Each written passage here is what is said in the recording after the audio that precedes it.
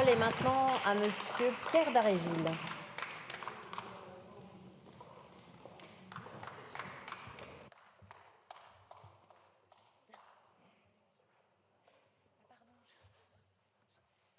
Non, je faisais que passer, Madame la Présidente. Je faisais que passer.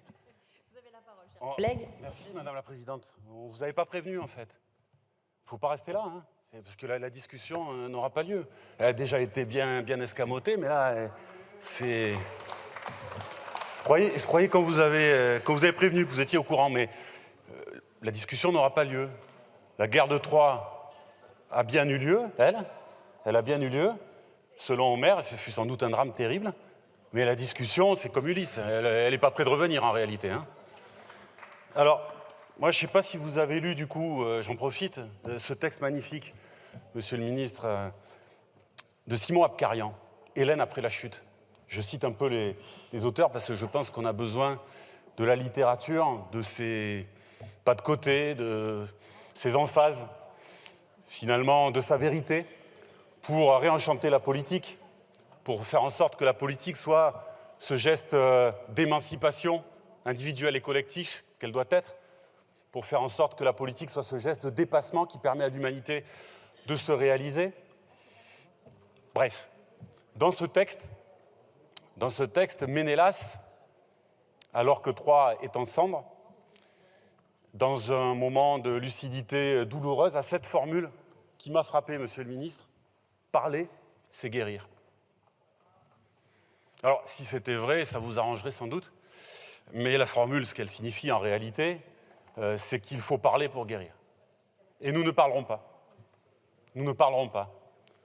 Alors que notre système de santé et de protection sociale est bien malade, nous ne parlerons pas, et c'est un problème que nous ne puissions pas discuter de votre projet, de votre politique à nos yeux désastreuse, politique du tournevis qui se reproduit chaque année, et c'est un problème, parce que si ici, nous ne discutons pas, où parle-t-on dans le pays? Où se parle-t-on?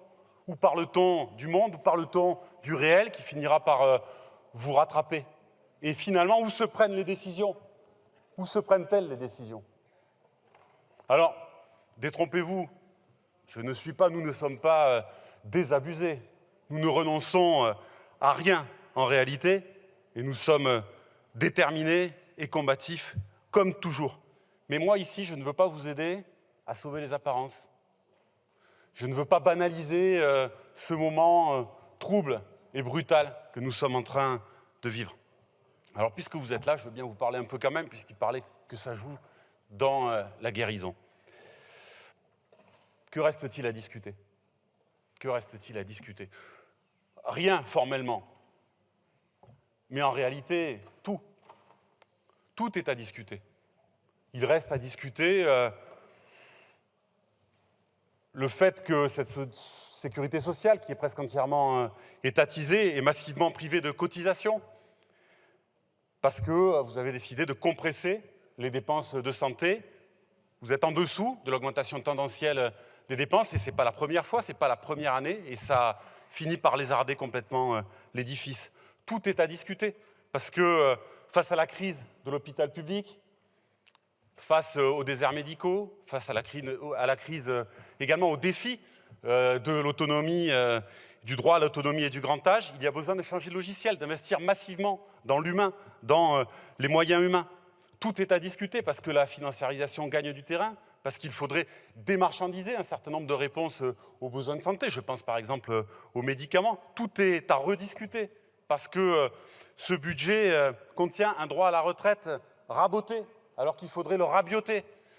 Tout est à discuter parce que nous avons besoin d'une grande politique de santé au travail. Tout est à discuter parce que dans cette société fragilisée, précarisée, fracturée, il y a besoin d'une grande solidarité, d'une grande politique de solidarité. Tout reste à discuter. Parler, c'est guérir, écrit le poète. Alors en définitive, j'ai un peu parlé, comme je l'avais fait ici même il y a un an, en disant « je ne veux pas déranger ». Je ne veux pas déranger, et au fur et à mesure du discours, votre collègue ministre s'enfonçait dans son siège, il a fini par y disparaître, lui aussi, au moment où le 49.3 nous efface, nous qui sommes le Parlement. Ça mériterait qu'on en tire quelques leçons.